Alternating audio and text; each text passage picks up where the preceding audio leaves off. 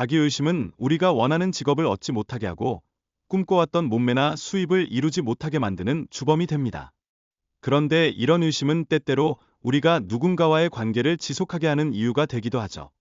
그렇다면 우리는 왜 이렇게 자기의심에 사로잡히게 되는 걸까요? 여기서 흥미로운 점은 똑똑한 사람들이 부정적인 결과를 예측하는 데 능숙하고 그 결과를 두려워하는 반면 대담한 사람들은 긍정적인 결과를 떠올린다는 사실입니다. 대담함이 성공의 지표가 되는 이유는 바로 이러한 사고방식에서 비롯됩니다. 그럼 대담함을 기르기 위해 우리는 어떤 노력을 해야 할까요? 제 꿈은 경쟁이 치열한 VJ가 되는 것이었습니다.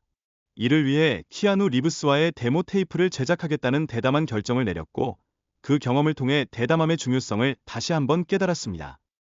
이처럼 우리는 모두 자신의 꿈을 이루기 위한 대담한 행동이 필요하다는 것을 알게 됩니다.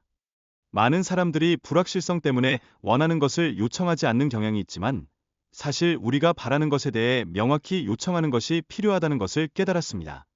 제 경험을 통해 얻은 이 교훈은 여러분에게도 소중할 것입니다. 그런 명확한 요청이 우리의 길을 열 수 있습니다. 우리는 정보가 넘치는 시대에 살고 있습니다. 다양한 조언을 받을 수 있지만 결국 가장 기본적인 행동이 필요하다는 점을 강조하고 싶습니다.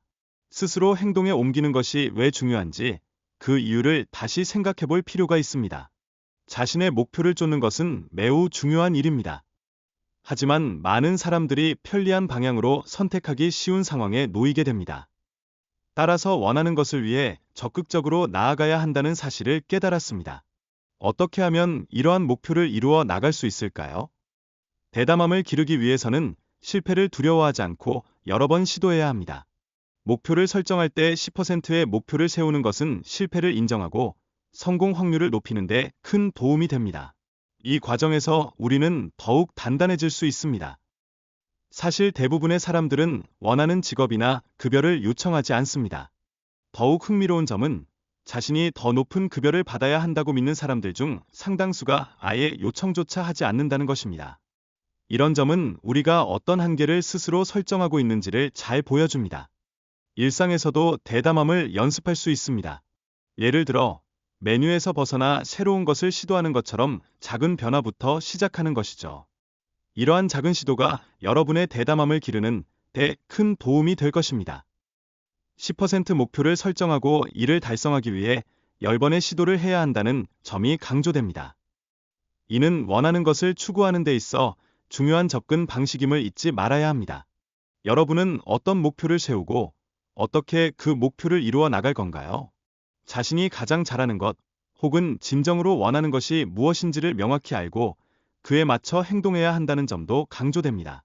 이렇게 할 때 우리는 더 많은 행복과 만족을 느낄 수 있으며 그 과정에서 의미 있는 성장을 경험할 수 있습니다. 마지막으로, 실패는 성공으로 가는 과정의 일부임을 잊지 말아야 합니다.